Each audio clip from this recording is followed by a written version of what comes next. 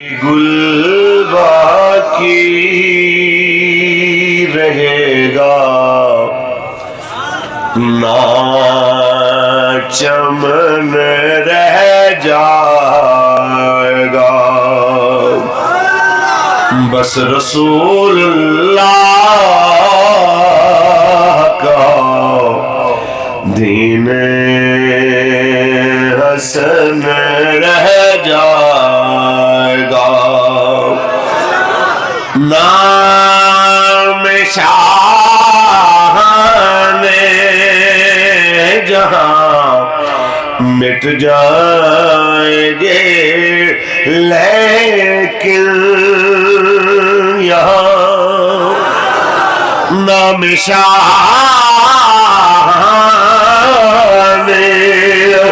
جہاں مٹ جائیں گے لیکن یہاں حشر تک نام و نشان پانچتن رہ جائے گا، بس رسول اللہ کا دین حسن رہ جائے گا۔ اطلسو کم خواب کی پوشاک پہ نازان ہو، اقتدار کے چند دنوں کی خاطر فلسطین کو بھولنے والے، کشمیر کو بھولنے والے، ختم نبوت و ناموس رسالت کو بھولنے والے تمام بدماشوں کو آج نہیں جب سے لبیک بنی ہے ہم تو تب سے کہہ رہے ہیں او بد نصیبو، حکومت آج نہیں تو کل ختم ہو جائے گی، اقتدار آج نہیں تو کل ختم ہو جائے گا، اللہ اور اس کے رسول کا نام سدا رہنے والا ہے، کچھ تو اسلام کے لیے کرو۔ مجھے یاد ہے جب کشمیر پہ باقاعدہ قبضہ ہوا، میرے بابا قبلہ امیر المجاہدین نے 5 اگست 2019 کو آپ نے فرمایا او حکمرانو، میں اپنے 22 لاکھ ووٹر سمیت نکلنا چاہتا ہوں، آؤ جہاد کا اعلان کرو، یا ہتھیار ہمیں دو یا رستہ دو، ہم نکلنا چاہتے ہیں اس صدا کے ساتھ کہ الجہاد الجہاد، لبیک لبیک، الجہاد الجہاد۔ تب میں نے کہا اور بھی ساتھیوں نے کہا قبلہ یہ تو حکمرانوں کا کام تھا، آپ کو 22 لاکھ ووٹر دینے کے اعلان کرنے کی کیا ضرورت تھی؟ آپ نے فرمایا مولانا آج تک تاریخ کو جھوٹی من گھڑت تاریخ کو لوگوں تک پہنچا کے انہوں نے یہی سنایا ہوا ہے، جب سقوط بغداد ہو رہا تھا تو مولوی اس وقت مسواک کے اوپر مناظرے کر رہے تھے کہ ایک بالغ سے بڑی ہونی چاہیے کہ نہیں ہونی چاہیے، جب سقوط ڈھاکہ ہوا مولوی ختم خواجگان دلوا رہے تھے۔ میں بتانا چاہتا ہوں او جھوٹی تاریخیں سنانے والوں، او جھوٹی تاریخیں لوگوں تک پہنچانے والوں، سنو علماء تب بھی جہاد کے لیے تیار تھے، علماء آج بھی جہاد کے لیے تیار ہے، لیکن تب بھی یہ غلط رخ موڑا جاتا ہے کہ مولوی بحث کر رہے تھے، لڑائی کے لیے تیار نہیں تھے، حالانکہ لڑنا کام مولویوں کا نہیں تھا، لڑنا فوجوں کا کام تھا، تب بھی فوجیں بزدل ہوئی، اور آج جس وقت کشمیر پہ حملہ ہوا تو آج بھی کہیں یہ نہ ہو کہ 10-20 سال بعد بعد لوگ پھر کہیں مولویوں نے جہاد کی بات نہیں کی، تو میں کہنا چاہتا ہوں میں خود اپنی ویل چیئر پہ 22 لاکھ ووٹروں کے ساتھ نکلنا چاہتا ہوں، آؤ اعلان کرو تاکہ پھر کوئی نہ کہے کہ کشمیر کی بیٹی پکار رہی تھی اور مولوی جہاد سے منہ پھیر رہے تھے۔ ہم آج بھی بتا رہے ہیں جن کا لڑنا کام تھا، جن کے پاس غوری ابدالی ہتف اور جنگی طیارے تھے، وہ نغمے ملی نغمے تیار کر رہے تھے، اور مولوی جو مدرسوں میں بیٹھنے والے تھے تو اس وقت بھی کہہ رہے تھے الجہاد الجہاد، لبیک لبیک، الجہاد الجہاد۔ میرے نوجوان نے جو بات کہی ہے، خدا کی قسم یہ میرے نائب امیر محترم سے لے کے میرے امیر محترم علامہ جگر گوشہ امیر المجاہدین علامہ حافظ سعد حسین رضوی صاحب تک، جناب اعلیٰ علامہ سعد حسین رضوی صاحب سے لے کے ہمارے ایک کارکن تک، سب کا یہی نظریہ ہے آج صرف رستے کشادہ کر دیں، خود نہیں لڑتے تو ہتھیار ہمارے والے کر دیں۔ یہ ہتھیار ان کے باپ کی جاگیر نہیں ہے، یہ ہتھیار ان کے ابے کے پیسے سے نہیں بنے، یہ ہتھیار اس غریب قوم کے ٹیکسوں سے بنے ہیں۔ ہمیں دیجئے وہ ساری چیزیں، ہم آج بھی بسم اللہ کر کے کشمیر کے لیے بھی نکلنے کے لیے تیار ہیں، فلسطین کے لیے بھی نکلنے کے لیے تیار ہے، اس نعرے کے ساتھ کہ پاکستان کا مطلب کیا، دستور ریاست کیا ہوگا، تاجدار ختم نبوت کہ اتل سور کم خواب کی پوشاک پہ نازان ہو، اس تنے بے جان پر خاکی کفن رہ جائے گا، بس رسول اللہ کا دین حسن رہ جائے گا، تاجدار ختم نبوت۔ اللہ تبارک و تعالی جل وعلا کی حمد و ثنا کے بعد آقا انعامدار شفیع روز شمار حضور احمد مجتبی محمد مصطفیٰ صلی اللہ علیہ وسلم کی ذات طیبہ پہ لامحدود درود السلام کے نذرانے پیش کرنے کے بعد رونق بزم آل نبی اولاد علی اسیر ناموس رسالت محافظ ختم نبوت مرکزی نائب امیر تحریک لبیک یا رسول اللہ صاحبزادہ حضور قبلہ پیر سید ظہیر الحسن شاہ صاحب دامت برکاتہم العالیہ، اسیر ناموس رسالت محافظ ختم نبوت فخر بلوچستان امیر بلوچستان علامہ مفتی محمد وزیر احمد رضوی صاحب دامت برکاتہم العالیہ، کہ غالباً پچھلی حکومت میں بلوچستان کا بجٹ 750 ارب تھا اور پنجاب کا جو بجٹ تھا وہ 1800 ارب تھا۔ اگر آپ صوبے کے لحاظ سے اس کے مقدار کو دیکھیں تو میرے خیال میں یہ مناسب نہیں ہوگا، آبادی کے لحاظ سے اگر اس کو دیکھیں تو 15 کروڑ آبادی ہے پنجاب کی، اور 1800 کروڑ کو اگر آپ تقسیم کریں 1500 پہ تو 120 ارب 1 کروڑ کے اوپر خرچ ہوا ہے، یا اس کے حصے میں آیا، خرچ نہیں ہوا چاہے لیکن حصے میں آیا ہے 1 کروڑ آبادی کے حصے میں 120 ارب۔ اور پاکستان کا آبادی کے لحاظ سے تقریباً سب سے چھوٹا صوبہ ہے اور رقبے کے لحاظ سے سب سے بڑا ہے۔ اگر آبادی کے لحاظ سے دیکھا جائے تو 750 ارب بلوچستان کو ملا ہے اور ٹوٹل آبادی 1.5 کروڑ ہے، تو اس حساب سے 1 کروڑ کو 500 ارب حصہ ہے۔ آپ بتائیں 1 کروڑ آبادی کے لیے 500 ارب حصہ آیا ہے، کیا اس غریب قوم پہ لگا ہے؟ آہستہ بول رہے ہیں کہ 2 سرداروں کی آپس میں لڑائی ہوئی تو غالباً ایک سردار صاحب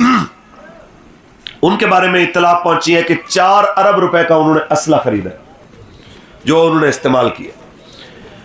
حیرت کی بات ہے کہ بلوچستان کے پہاڑوں پہ گولیاں اور بارود داغنے کے 4 ارب آپ کے پاس موجود ہے، لیکن یہاں پہ پہاڑوں میں روتے بلکتے بچوں کے لیے، دور دراز دیہاتوں کے اندر روتے ہوئے انسانوں اور جانوروں کے لیے، پیاسے انسانوں جانداروں کے لیے آپ کے لیے 4 کروڑ کی واٹر سکیم، پانی کی سکیم پہنچانا بھی آپ کو توفیق نہیں ہوئی۔ اگر آج آپ کی کل کی ایک مقبول ترین جماعت بلوچستان کی آج اس کو کوئی ووٹ نہیں دینا چاہتا، آپ سب پریشان ہیں، تو سردار صاحب آپ اپنے گریبان میں جھانکیں، کچھ نہ کچھ تو آپ نے کیا ہے کہ یہ بلوچ آپ سے ناراض ہے۔ فوج سے یہ ناراض بعد میں ہے، اسٹیبلشمنٹ سے ناراض بعد میں ہے،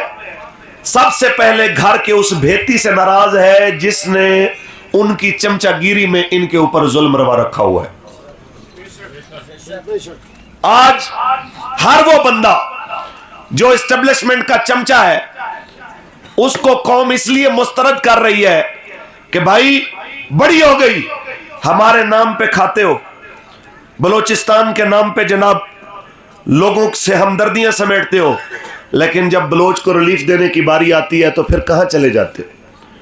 جب بلوچ جبری گمشدہ ہوتا ہے تو پھر کہاں چلے جاتے ہو؟ بلوچ بیٹیاں جس وقت اسلام آباد میں آ کے روتی بلکتی ہیں تو پھر آپ کہاں چلے جاتے ہو؟ اگر میں اردو میں ترجمہ کروں، اجازت ہے؟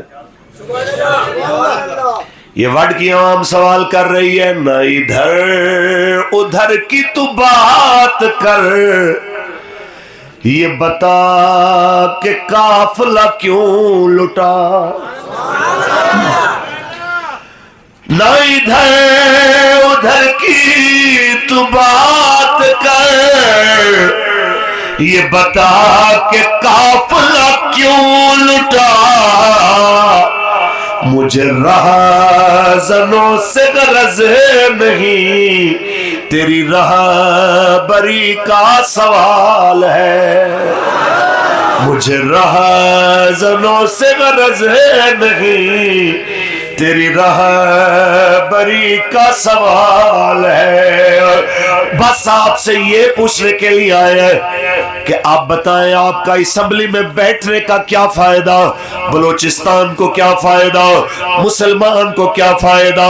اسلام کو کیا فائدہ، پاکستان کو کیا فائدہ، ہمیں اتنا تو بتا دیجئے۔ ممتاز حسین قادری پھٹے لگ جائے، پھانسی پہ چڑھ جائے، سردار صاحب آپ کی زبان نہیں کھلی کہ عاشق رسول کے لیے 2 جملے ہی بول دے،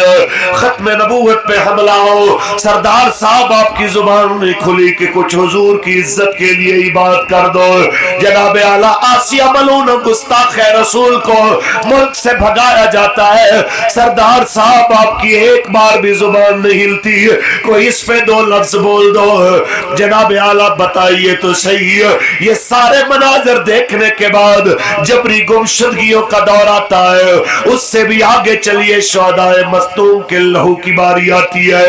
تو جناب اعلیٰ آپ وہاں پہ بھی خاموش ہیں، ہمیں بتائیے تو صحیح کہ جناب آپ کب بولیں گے، ہمیں بتائیں تو صحیح آپ کے بولنے کی کب باری آئے گی۔ اگر جناب اعلیٰ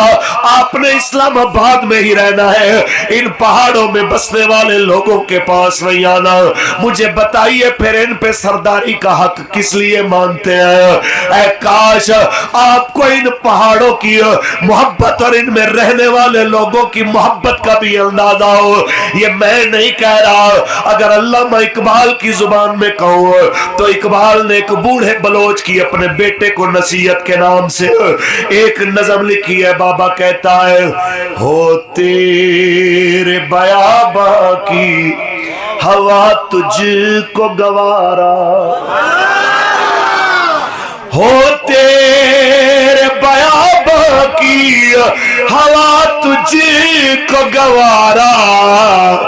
اس دشت سے بہتر ہے نہ دلی نہ بخارا، اس دشت سے بہتر ہے نہ دلی نہ بخارا، اور غیرت ہے بڑی چیز جانے تگودوں میں، پہناتی ہے درویش کو تاجے سردارا۔ اگر سردار صاحب یہ کہتے ہیں میں نے اسٹیبلشمنٹ کے خلاف قدم اٹھایا تو مجھے جیتنے نہیں دیں گے، اگر میں نے جناب اعلیٰ دین کے حق میں کوئی بات کی، سود کے خلاف کوئی بات کی، نظام اسلام اور شریعت کی بات کی، تو جناب اعلیٰ مجھے پھر کسی صورت میں بھی جناب اعلیٰ اقتدار میں نہیں آنے دیا جائے گا۔ ایسے اقتدار سے مسلمان خالی بیٹھا رہے، خالی ہاتھ بیٹھا رہے، بھوکا بیٹھا ہوا مر جائے۔ اقبال کہتا ہے دی ہاتھ سے دے کر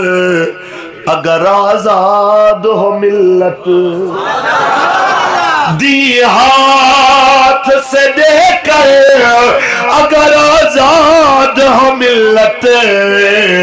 ہے ایسی تجارت میں مسلمان کا خسارہ، ہے ایسی تجارت میں مسلمان کا خسارہ۔ ہمیں کہتے ہیں جناب اعلیٰ دیکھیے اے سی ان کے، ڈی سی ان کے، پیسہ ان کے پاس، روپیہ ان کے پاس، جناب اعلیٰ وہ تمام بدماشی کے سامان ان کے پاس، آپ ان کے مد مقابل کس طاقت کے ساتھ آ کے کھڑے ہیں؟ میں نے کہا اقبال بولا ہے، اقبال کی زبانی بتانا چاہتا ہوں۔ اقبال کہتا ہے اللہ کو پامر دیے مومن پہ بھروسہ، ہم سنت الہیہ پہ عمل کرتے ہوئے اسی طرح یقین و اطمینان کے ساتھ کھڑے ہیں۔ اللہ کو پامر دیے مومن پہ بھروسہ، اللہ کو پامر دیے مومن پہ بھروسہ، ابلیس کو یورپ کی مشینوں کا سہارا۔ ہم بتانا چاہتے ہیں ہم بالکل گھبرانے والے نہیں ہیں، بالکل پریشان بھی نہیں ہیں۔ ہمارے اکابر تشریف فرمائے، علماء تشریف فرمائے، ایک بات آپ نے بھی کئی بار سنی ہوگی کہ 17 بار حملہ کیا جی سومنات پہ محمود غزنوی نے، 16 بار ناکام ہوا، 17 بار 17ویں بار کامیاب ہوا، لیکن اس میں کئی ایسی صورتیں بھی آئیں کہ اس دور میں پاکستان کا میڈیا ہوتا تو شاید رنگ کچھ اور ہوتے، لیکن ایک ایسا بھی حملہ تھا جس میں وہ اپنے ساتھ لائی ہوئی 20,000 فوج میں 20,000 کے 20,000 بندے مروا کے صرف 5-7 بندوں کے ساتھ واپس زندہ اپنے دارالخلافہ غزنی پہنچا تھا، باقی ساری فوج رستے میں ماری گئی، لیکن اگلی بار آنے کے لیے وہ پھر تیار ہو گئے۔ یہ میں آپ کو اس لیے کہہ رہا ہوں کہ یہ آپ کو ہر بار حوصلہ توڑنے کے لیے مختلف ہتھ کنڈے استعمال کریں گے، لیکن آپ یقین مانیں کہ آگے بڑھتے ہوئے آپ نے اتنا تو اندازہ کر لیا ہے کہ جو باتیں پہلے تھیں وہ اب نہیں ہیں، جو مشکلات پہلے تھیں وہ اب نہیں ہیں، جو خوف کا ماحول پہلے تھا وہ اب نہیں ہے۔ اس وقت پچھلے الیکشن میں جب اس علاقے میں لبیک کا جھنڈا لگانا بھی کوئی اس کے لیے بھی تیار نہیں تھا، آج وڈ کی سرزمین پہ محمد عربی کے غلاموں نے لبیک کے پرچموں کی بہار دکھائی ہوئی۔ یہ اس چیز کی علامت ہے کہ حقیقی طور پہ تبدیلی جو ہے بڑی تیزی کے ساتھ آگے بڑھ رہی ہے۔ اونچی بولیں۔ اور میں یہی گزارش کروں گا سردار صاحبان پورے بلوچستان کے سرداروں سے کہ خدا کے بندو ہم آپ کو پیار سے دعوت دے رہے ہیں، اگر آپ حکومت میں اس لیے آتے ہیں کہ آپ کو عزت چاہیے، پیسہ تو آپ کے پاس پہلے ہی بہت ہے، بلوچستان کے سارے وسائل آپ کی جیبوں میں ہیں، پیسہ آپ کے پاس بہت ہے، اگر آپ عزت کے لیے حکومت کرنا چاہتے ہیں، میں خدا کی عزت کی قسم کھا کے کہتا ہوں کہ بلوچستان کے سردار حضور کے دین کی چھتری کے نیچے آ جائیں، اللہ یہاں کی بھی عزت دے دے گا، آگے کی بھی عزت دے دے گا۔ یہ عزت ہی چاہتے ہو، اس سے بڑھ کے یار عزت کا کون سا رستہ ہو سکتا ہے؟ یہ کہنا کہ ہم سردار ہیں جی، ہم جناب لبیک کے جھنڈے کے نیچے، او بھائی آپ اسلام کے جھنڈے کے نیچے، اور اسلام کے جھنڈے کے نیچے جب کوئی آتا ہے تو آپ تو سردار ہیں، اسلام کے جھنڈے کے نیچے تو بلال بھی آ جائیں تو اسلام کعبے کی چھت پہ کھڑا کر دیتا ہے۔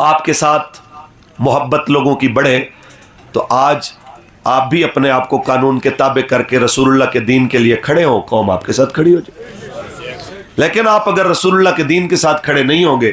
تو پھر قوم کبھی بھی آپ کے ساتھ کھڑی نہیں ہوگی۔ ابھی جناب پولیس والوں کو یہ سانحہ بہاول نگر ہوا ہے، اب پولیس والے ٹک ٹاکر اپنی جگہ پہ غصہ کر رہے ہیں، کوئی وردیاں جلا رہا ہے اور کوئی لکھ رہا ہے کہ ہون جڑا فوجی آئے اپنے کاغذات جیب وچ پا کے آئے ہون تر دیں گے۔ اچھا، اور فوجی بھی کہہ رہے ہیں کہ جناب یہ ایسے تھے، ہم نے ان کو دھو دیا ہے، ہم نے یہ کر دیا ہے۔ اب اوپر والے پریشان ہیں کہ بھئی یہ تھلے والی منڈیر آپس سے لڑ پئی ہے، بنے گا کی۔ اب میں یہ کہنا چاہتا ہوں دونوں طرف سے کہ پولیس والے بھی جن کو جذبات چڑھے ہوئے ہیں، میں کہنا چاہ رہا ہوں کہ آپ سے بھی گلہ ہے کہ آج آپ کے ادارے پہ بات آئی، آپ کے 5-10 بندوں کو کٹ پڑی، آپ وردیاں بھی جلا رہے ہیں، آئی جی پہ بھی لانتیں ڈال رہے ہیں، فوج کو بھی للکار رہے ہیں اور کہہ رہے ہیں کہ جناب یہ بے غیرتی ہے، یہ ایسا ہے، یہ بدماشی ہے، کچے کے ڈاکو پکڑنے گئے تھے آگے پکے کے ڈاکو مل گئے، یہ ساری باتیں آپ کر رہے ہیں۔ آپ بتائیں آج ساری باتیں یاد آئی ہیں، جب ختم نبوت پہ نکلنے والے لوگوں کو آپ گولیاں مار رہے تھے تب یاد کیوں نہیں ہے؟ تب آپ کو خیال کیوں نہیں ہے؟ تاجدار ختم نبوت